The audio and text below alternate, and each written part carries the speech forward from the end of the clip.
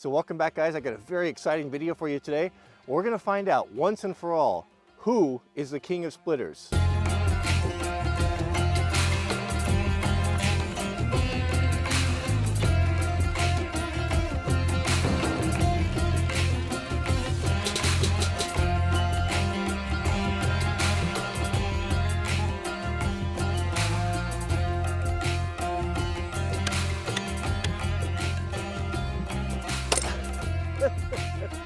What was going on there? So it seems to me one of the most important things in a test like this is consistency. We've got to have consistent wood to get accurate outcome, right? How much more consistent can we get than 2 rounds from the exact same tree? So let me fire up the chainsaw. We'll cut out 4 rounds here. We're going to try 2 splitting methods. We're going to try working around the corners, knocking the edges off, and then we'll do the traditional pie method. I think this is going to give us a pretty good answer on which one is the best splitter.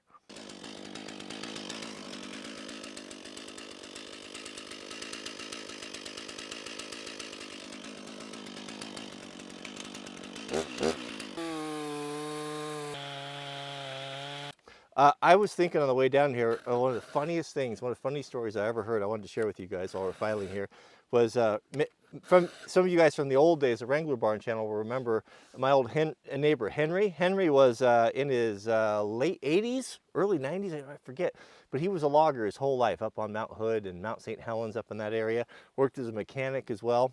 And he was one of the most brilliant guys I ever met, smartest guys, mechanical genius, and he never learned to read. So he was telling me a story. His wife, Marion, she used to do a lot of canning. And so she was doing this water bath canning in her kitchen, and she was had this big metal jack. You know the jack, the game you used to play where you drop the ball and you pick up the jacks? You know, they kind of look like a cow trap, those little metal things with the balls on the ends. Well, she had kind of a novelty one. It was a great big one, you know, several pounds. And she had that in her kitchen, and she would use that to weight down the jars, because when you're water bath canning, you know, they want to lift up. You got to keep them down. So this jack had been sitting in this boiling hot water for a long time, you know, like half hour or so, and it was hot, you know, hundreds of degrees. Well, she had oven mitts or something. She would take it out and she sat it on the counter. Right when she sat it down on the counter, one of Henry's friends came by to visit, and he came in and sat down at the counter. It's like, "Hey, Marion, how's it going? Where's Henry at?" And he looked at this great big jack, and he reached over. Granted, it had just come out of this boiling hot water. He reached over with his bare hands, picked it up, and set it back down. I looked at Marion and said, "Don't take me long to look at something." When Henry told me that story, I thought that was, that was the funniest thing that I ever did hear. You know, he didn't holler or hoop or yell. I mean, that's the epitome of that's a tough guy right there. Don't take me long to look at something. I thought that was pretty funny here. All right, let's get this sharpened up, and we'll make that last cut, and we'll get to the get this video moving along.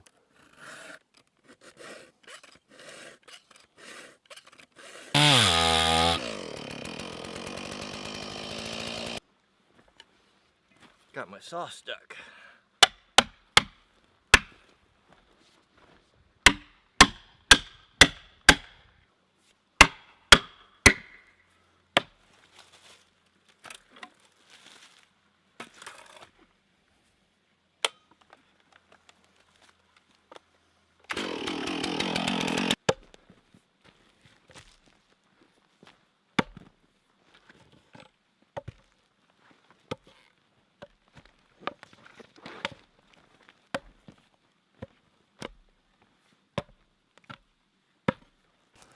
All right. All right, let's bring up the first round.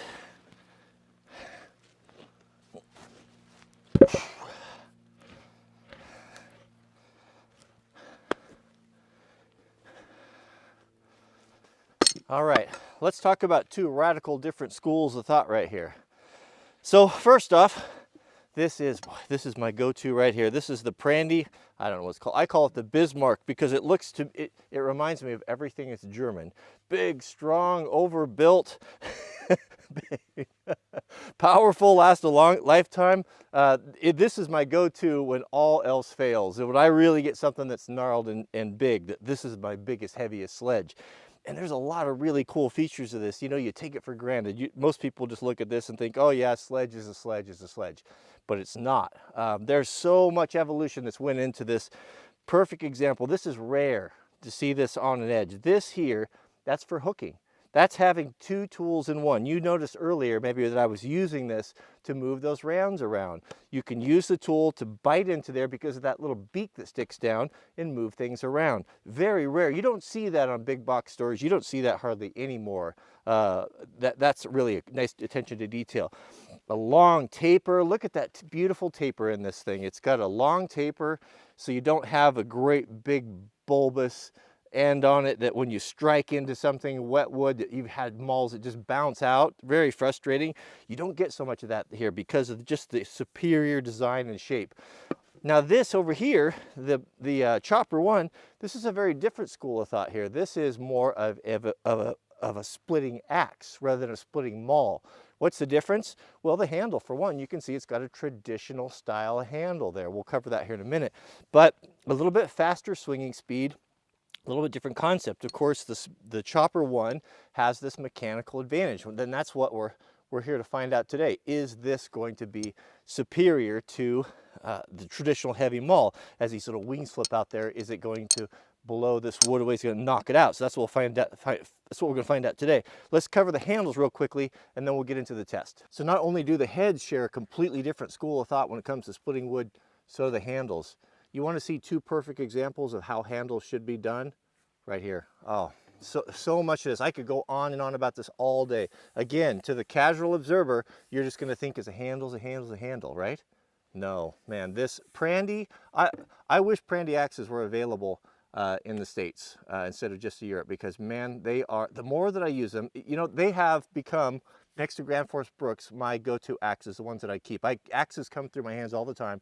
The ones that I am really reluctant to give away are these. I just love them. They're so much good to say about them. Just the handles alone would be a video. Look at this strong, heavy handle right here. But what it does is it gives you that strength up here where you have a tendency to overstrike. We've all done that. You'll look at mauls and they're beat up right there. Gives you some longevity there. Gives you you can make a few mistakes on it, not break your handle. And then it tapers down here to where your hands are going to be working into a nice, comfortable, more manageable size. This is too fat, this is just right. But they don't stop there. And here's where the rubber meets the road. And what you don't see is it actually has a little palm swell on it. That really helps with fatigue. And it's not typically done because it costs more money. You have to start with a much bigger piece of wood to end up with that. And then there's so much to this handle, I can't even tell you. From the way it's hung to the eye, it's really, really well done. But it's a straight handle, and that's what you usually get from a maul. Now this here is a splitting axe. Now these are more popular. They were certainly more popular out west, especially there's guys that used to split wood all the time. Even I think when my dad was in high school, there were some guys down at the paper mill, young guys that would work down there, and that's what they did all day, is they split firewood for the wood boilers. And he said they look like Mr. Olympian bodybuilders, you know, the shoulders in the back. You imagine having a job where you split wood all the time? But they preferred a splitting axe. And that may have something to do with, it could be regional, as well as the type of wood that we split, which would have been Douglas fir at that mill. But look at this. This is handle perfection right here. It is got a beautiful fawn's foot with a little kick on it. It has a nice curve to it. It is so good. I've looked at it and felt it and studied it that I am going to use this as a template for future splitting axes. It's really that good. I mean, look at that. It's got a nice big swell at the end of it. I don't know if you can see that or not. Right there, comes down, fits the hand really well. It's beautiful sweeping arc. Really, just really works with the body. I'm ranting. I could go on and on about these hands. Let's get to the splitting. Good grief, I get going on about handles and go on all day. It's a whole video in itself there. Okay, so I changed my mind. We're gonna use this one piece. So we're gonna chop opposite sides because it's so symmetrical that I think that's gonna give us the best test. So Plus I'm running out of daylight. I've been messing around so long. Okay, so let's start with the chopper one. Chopper one here will work on the right-hand side, and then we'll work over here on the left with the HMS Bismarck. Okay, you ready? We're gonna just do the side chop method here. Oh, didn't stick. Let's give it 2 hits. 3, 4, okay, 5. Well, we have 5 right there to knock it off the side. Nice thing about it is it didn't stick, right? We don't like sticking. That's gives us a lot of extra work. Okay, now the Bismarck, try to do hit in the same place here. Oh, 2, 3, 4. Oh, 5. How about that? The chances of hitting both those splitting the same. Okay, let's move the camera and then we'll hit these 2 sides. I guess we could do it right here. It's a little bit tall for me, this chopping block, but that's all right. We'll make it work. Hopefully we're in focus. Okay, so we'll do the right here with the chopper one. Oh man, that was a good hit. Oh yeah. That's 2. Oh, if I would have hit it, that would have been, the third one would have knocked that off there. That was user error. Oh man, the pressure's on. Pressure's on for the Bismarck. Got the same piece of wood, pretty consistent here. Here we go, ready? Oh, that was a good one. That felt the crack. Oh, 2. Again, the same thing. I'll back up a little bit. Okay, so we got 3 again. 3 again. See, remember, we talked about the fibrous. I wonder if that chopper would have knocked that one off if I would have hit it right. Okay, now we got 2 more splits here. Can we do it in one with the chopper one? Here we go. Oh yeah, look at it blasted apart. No fibers remaining, right? That's pretty good. Where were we? We're on the top there? Yeah, right there. Will the Bismarck, will it chop in one here? Let's see. Oh yeah. Even with more authority, if I had to admit it. Okay, so let's do the pie method. I'd say that was a push. That was a push. All right, we'll get another one going here. Man, is there anything better than out in the forest splitting Doug fir in the cold autumn day? 27 degrees today. Okay, now we'll try the pie method.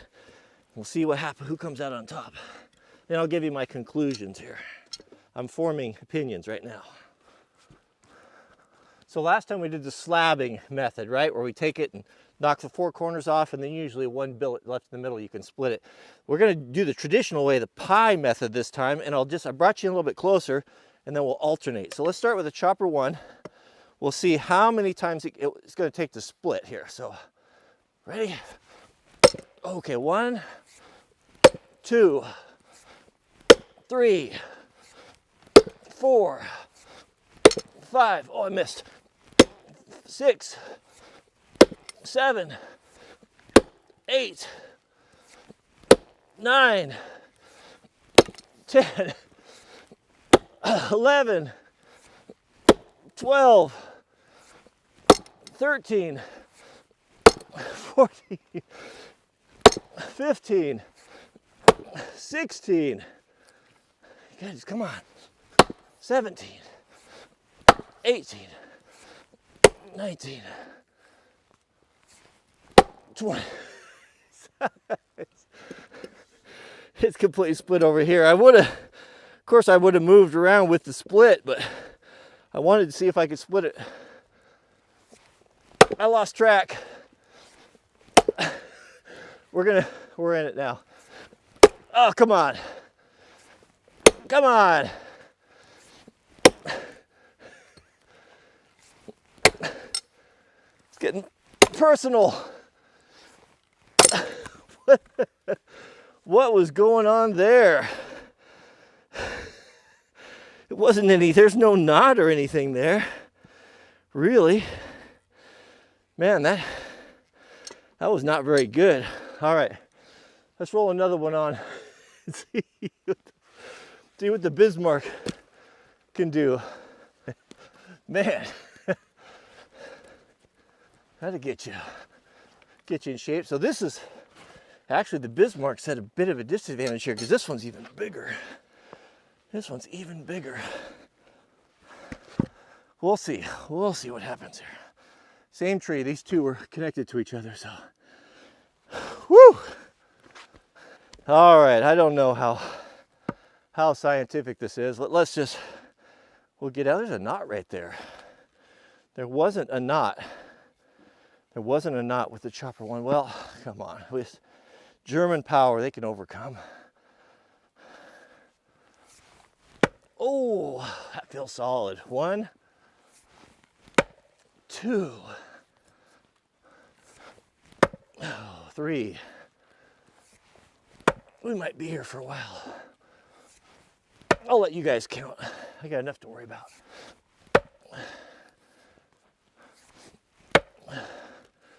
All you hardwood guys tell me all the time how easy this stuff is to split. We work for ours too. Oh, goodness.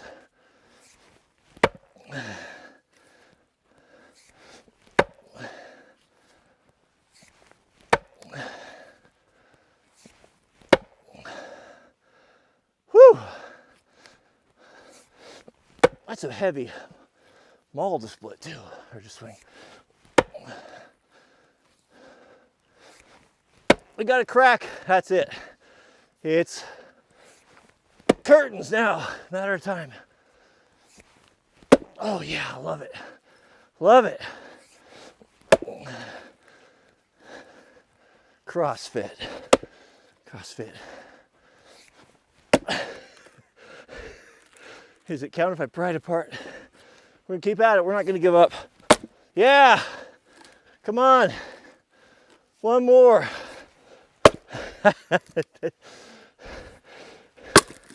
All right, I wasn't counting. Give me a give me the count in the comments.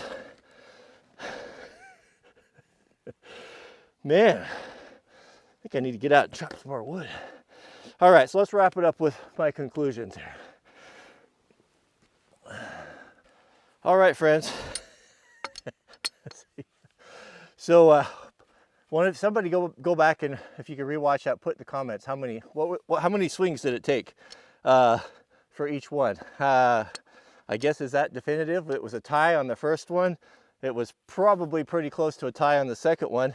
So it's all going to come down to user experience. How about that, user experience? Because obviously they both work. I have to say that I do feel a little bit of, I don't know if I'd call it pain or discomfort in my hands from the mechanical motion, or the vibration coming from those jaws slapping up, transferring through the handle. Even though it is a good hickory, looks like a hickory handle, my hands, they hurt a little bit.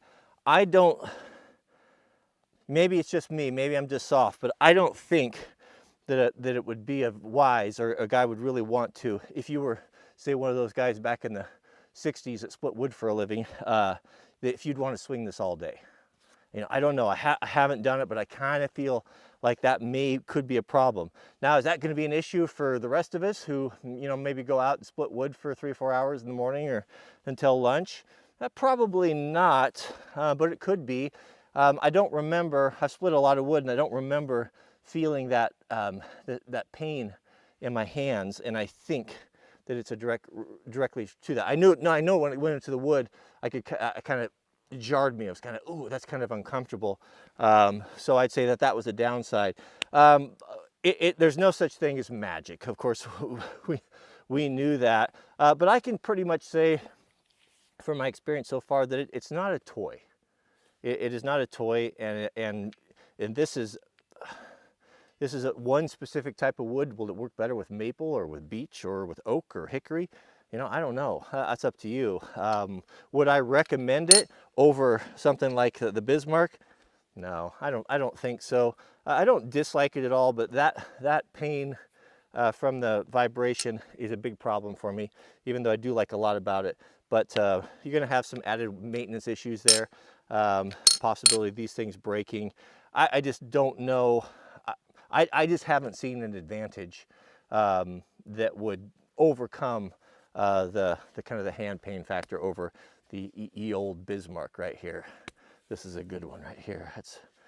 That's pretty hard to beat. A little easier to swing this one. This was a little bit lighter, but I think that's enough. I think you draw your own conclusion. So appreciate you guys taking the time to watch. If you don't mind, take a moment, click the thumbs up.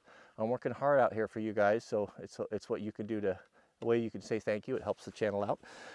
And so another video I wanted to do that I thought maybe we'll do real quick while I'm out here is maybe test the Bismarck up against a wedge. After wedges, I've got two style wedges. I got the Prandy twisting wedge versus the regular wedge, and I've always been curious to see, is there an advantage? Which one would be better? Which is going to be faster and more efficient? So if you'd like to see that, let me know in the comments, and we can. I'm going in. It's going to be supper time here, but I'll come back out tomorrow and do it. So thanks for watching, and we'll see you guys on the next video.